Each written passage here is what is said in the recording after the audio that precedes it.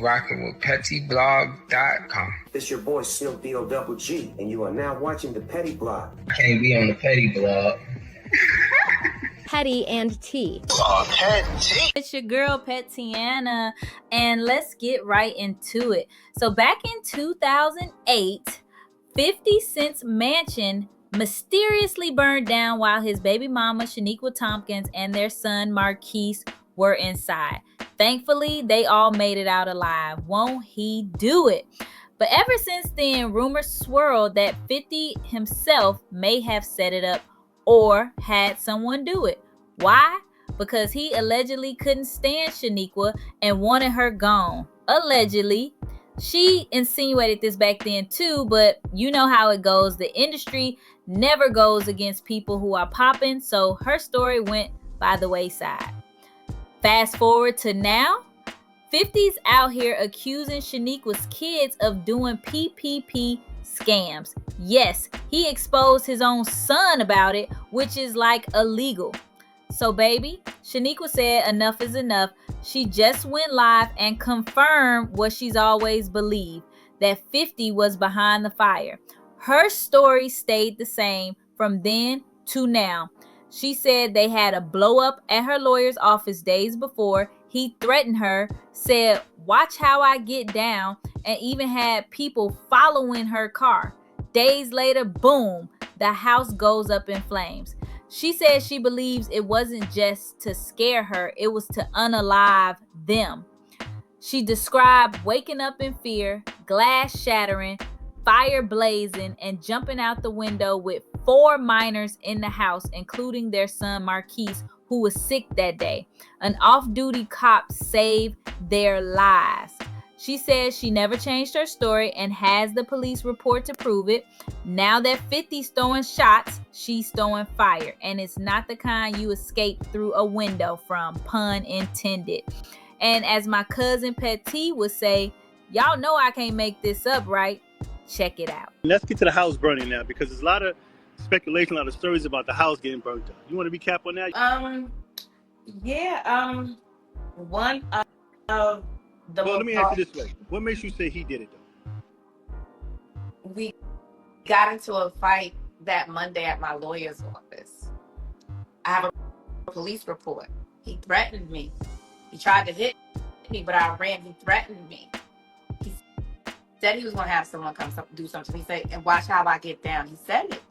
And that Friday, that was Monday. That Friday, I had to do my deposition. I was taking Marquise to school. A Magnum car was following me. I don't know if you remember the Dodge Magnum, and everybody knew back then all of G-Unit members rode Dodge Magnums. Was following me to Marquise's school. I ditched the car, drove to Queens, and drove to my grandma's house. Mia was already in school. I get to the courthouse.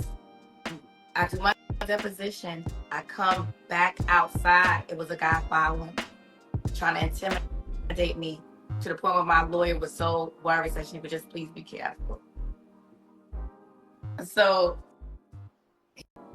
he was trying to kick me out the house, and he couldn't get me out the house. And that's another thing where he says, like, oh, he went to Suffolk County. They gave me an eviction, but I took it to the Supreme Court, and the Supreme Court allowed me to stay, so he couldn't get me out the house at the time. And then his lawyer, and I have in my deposition papers, his lawyer actually asked me where was my evidence, and that was the first part of the house to burn down. I don't think that was a coincidence. Right.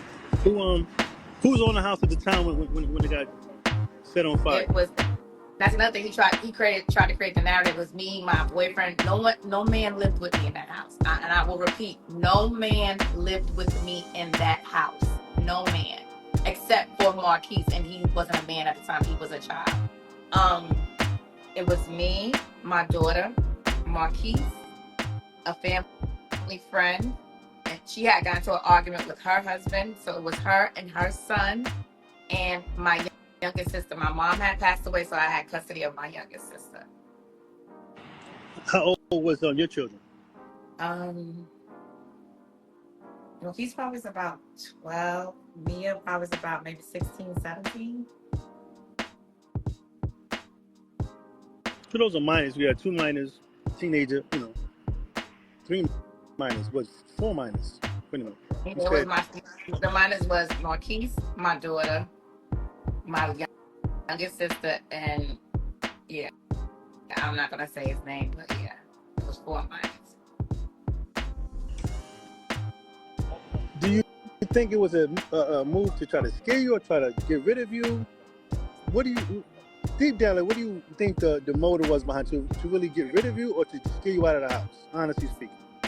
I think it was to kill us because the time, it wasn't like it happened when the kids were in school. Maybe I was there by myself, or it happened that I was just sleeping. No one's up.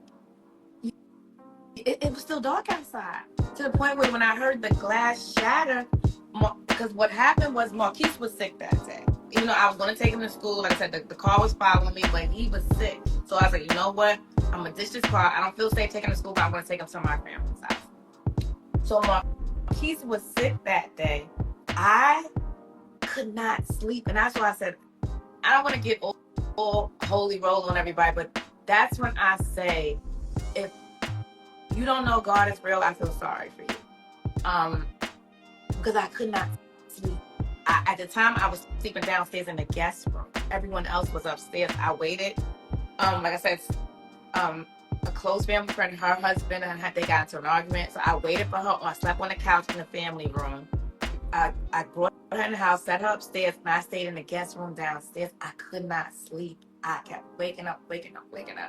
And so I said, you know what? I said, Marquise, I said, let me go check on him, because Marquise had a habit of throwing up in his sleep. So I said, you know what? Let me check on him. I was going to just check on him. And then I ended up getting in the bed with him. I said, let me just keep, because he was kept coughing. So I was like, you know what? I get scared he's going to throw up in his sleep, and choke. Marquise's coughing kept me from being in a deep sleep, but I still was concerned about what was going on. Like I said, people were following me. They were at the courthouse, so I was concerned. But I couldn't quite get into a deep sleep. So Marquise's bedroom was in front of the house. So once I heard the glass shatter, I went to the front of the house, and it was pitch dark. I couldn't see anything. So just in that second, I came from Marquise's room to the top of the stairs. I went down maybe 3 steps, and the flames just shot up to the ceiling. It was just, we couldn't even make it downstairs. So you're the first person that's seen the fire. What I'm getting from this, right? I heard the glass shatter. So my daughter said, she said she thought I broke something, because all she heard was me cursing.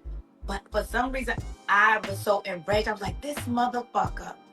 This motherfucker sent somebody to burn the house down. So my daughter said she just heard glass and me cursing, so she just assumed that I dropped the glass or something. And I just kicked into action. I just got everybody out their rooms. We had like a little bonus room upstairs, like we had like a couch and a television and stuff.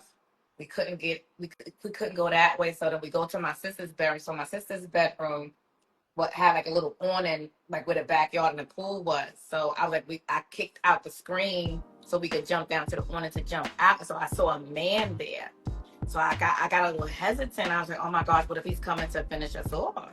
And it happened to be an off-duty police officer. Okay, got it. Yeah, so he was already on the phone with 911. He said so later on I found out he saw the smoke, and he was going to get his daughter from, like, I think he said she was at a hotel. You know how they have prom parties at a hotel, and he said the highway, whichever way he takes, it didn't take him that way. He saw the smoke, came up the driveway, and saved our lives. Y'all got out from the downstairs or the upstairs? From upstairs window? We couldn't make it downstairs. I said, like, I got to the 4th step, and the flames engulfed, like, it just shot, like, literally it looked like a movie. Like, I can't explain, like, it just like it just went from the floor to the ceiling, so we couldn't make it downstairs. So what did you jumped out the windows? Yeah, we jumped out the window, out of my sister's. My sister, where her bedroom was towards the back of the house. So she had an awning, like from the sliding door. So we jumped down from her window to the awning to the floor. But the off-duty police officer was there to break our fall. But I have And to no one had- report that he threatened me. I have all of that. Yeah, I never changed my story. From the 911 call, the man asked me who did it to me. I said who. My story never changed. It never changed. It never. Did you changed. speak to him after that? Who? 50 Cent. No, not after we. Now remember, we're in court for child support at this time, in custody. So no, he set out his press statement. I hope everyone's okay. Then he calls Marquise like days later, but then I hear him questioning him, and so I got on the phone and I was like, "What are you asking me these questions?" Like, he's questioning like, "Where you at?" Like, and I'm just like, at this point, like, you don't need to know where we're at. Like, it's safety. He's like, "Shut the fuck up, bitch!" And he started cursing at me or whatever, and I hung up the phone. So I think Chris Lighty had got in contact with me. He wanted to give Marquise. I was like, he wanted to give Marquise his own phone so he could talk to his dad. In a box full of big clothes, like maybe like about 4 pants and about 6 shirts. Like that's what his father gave him, a telephone and 4 pants and 6 shirts. Oh, so Marquise was still talking to his father at that time. Well, no one had phones. Like after I ended up getting a phone, because no one, like, I didn't, it's the fire. I think my daughter was the only one who grabbed her phone, because I didn't even have a phone. Like I was in my pajamas, like literally, not to be so graphic or vivid. Like I didn't have any underwear. Like I had on like it was a little juicy cover up. It was terry cloth, and I would wear it as pajamas. I didn't even have on underwear, shoes, nothing. I didn't have a phone. So we were coughing, so we all were coughing. So the paramedics told us that we probably had like smoke inhalation. They took us to the hospital. I have a good friend. She came and brought us some clothes, and yeah, I gotta ask you a question. Now, people that say, "Well, y'all wasn't together, right, when it happened, right?"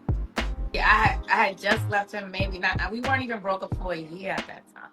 I don't think it was not even a year. No. So people gonna ask, man, and the chat probably gonna say, "Well, why did you stay at his house if y'all was broken? Or was it a house that he bought for you?" It was a house that he brought for me. So if I'm his son's primary caretaker, which, by the way, when people always try to say, "Oh, you brainwashed him, you this, you that," the man has plenty of money at that time.